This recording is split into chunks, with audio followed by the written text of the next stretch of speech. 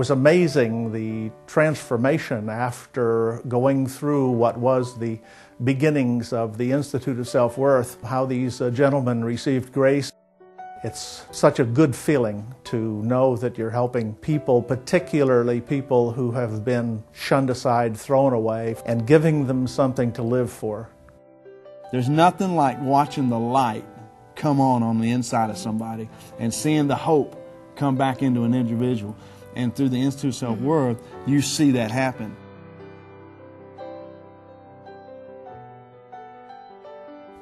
Hello, I'm Vic Porter again with the Institute of Self-Worth, and we're in Madisonville, Kentucky, and with some ladies that have been in jail and in prison, and they've had drug and alcohol problems in their past, but the Word has brought them out of that and set them free. And they have taken the Institute of Self-Worth, or are taking it. And today we're going to talk to Annie. This is Annie right here, and this is Kathy.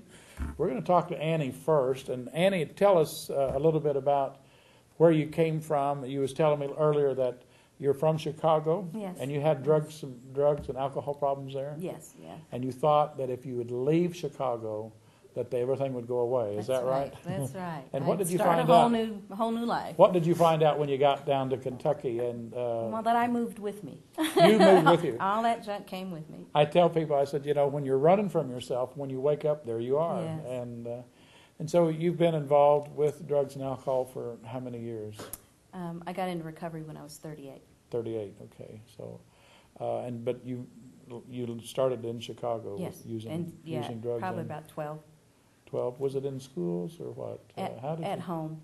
At home? Mm-hmm. Around. Yeah. Yeah. Now, you have come through complete recovery. Now, you've been in jail, correct? Yes. Okay. What was it that brought you to that point of, I mean, when you went to jail, did you think, you know, what's going on in my life? Or did you come to yourself at that point, or you didn't? Okay. No. So tell me what happened. I had a couple DUIs, and so on my second one I had to do 7 days. I had PIs and AIs, and you know, and then spend a couple hours. I'd get out, whatever. But when I got in recovery, we would bring meetings in for AA or NA, and that's how I started going back into jail. I really, truly did not hold any kind of responsibility for my actions. For your actions, no, at all. You were just, did you feel like you had any hope at all? No. No hope at all? What brought you to a place to where you thought, well, maybe there is some hope here? Did you ever cry out to God and say, you know, what's going on in my life? Or yeah. Yeah, probably when I was in once. that jail, yeah, but I never, I think you spoke about that this morning, never did the footwork to try and change any of that. Oh, yeah. I would do half measures. You know, I'd go a little bit, and then if it got a little hard for me, this is too hard, you know. Not going to do that. But let me ask you this. Was it you trying to do something instead of trying to believe something? Yes, Okay. yes. You know, and you've taken the Institute of Self-Worth, of Yes. course, and, you know, the Institute of Self-Worth, the whole principle of the Institute of Self-Worth is not about your doing something, but about your believing something which will cause you to go do things. Right. And it was the belief system that really began to change in your heart. Is that correct? Correct. Tell the people what was the one key factor in the Institute of Self-Worth that helped you come to a place to where, you know, I can do this. God is with me, and we're going to get through this. Well, I think each one of the sessions is a stepping stone to go further, and reflections of glory Yeah. was The view and opinion of God. Right, what He thinks of me, and I guess I've heard it, but it really opened my eyes. All the other stuff, healing the brokenhearted, you know, all that stuff led into that very thing to bust. Open, you know, a lot of things for me.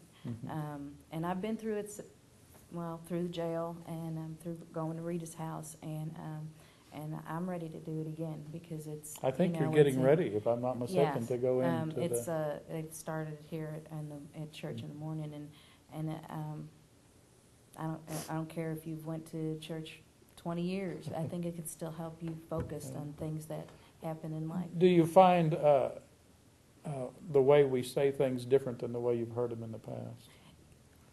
Yeah. And if so, how is that? I don't want to say it simplifies it. I guess I make things difficult, or think that this has to be too much to understand, and you'll give your translation, Vic's translation, or and it simplifies it, which is really, it's simple. But I try and You know, make it what hard. I've said all along is that I have to get this in a simple way, because so I can get it. If I can get it in a simple way and then share it that way, then it makes it easier for people. But the reflections of glory, when I began to see that, it literally, I thought, where have we missed this? Because they didn't teach me this in Sunday school. You know, you have to go deeper into the Word. You have to and allow the saying Spirit it of God. and speaking it, Yeah. and then what, and we leave the jail, and I'll say, okay, girls, what? I am a child of God. I am. Believe that in your heart. If you could tell the people that's watching this all over the world by telling you that, if that makes you nervous, but if you could tell them if they need help, what would you suggest them to do? I would suggest that you break loose of all the strongholds that have kept you from believing that you are worth anything, because you are special. You are a king, a daughter of the King of Kings and Lord of Lords, or a son of the King of Kings.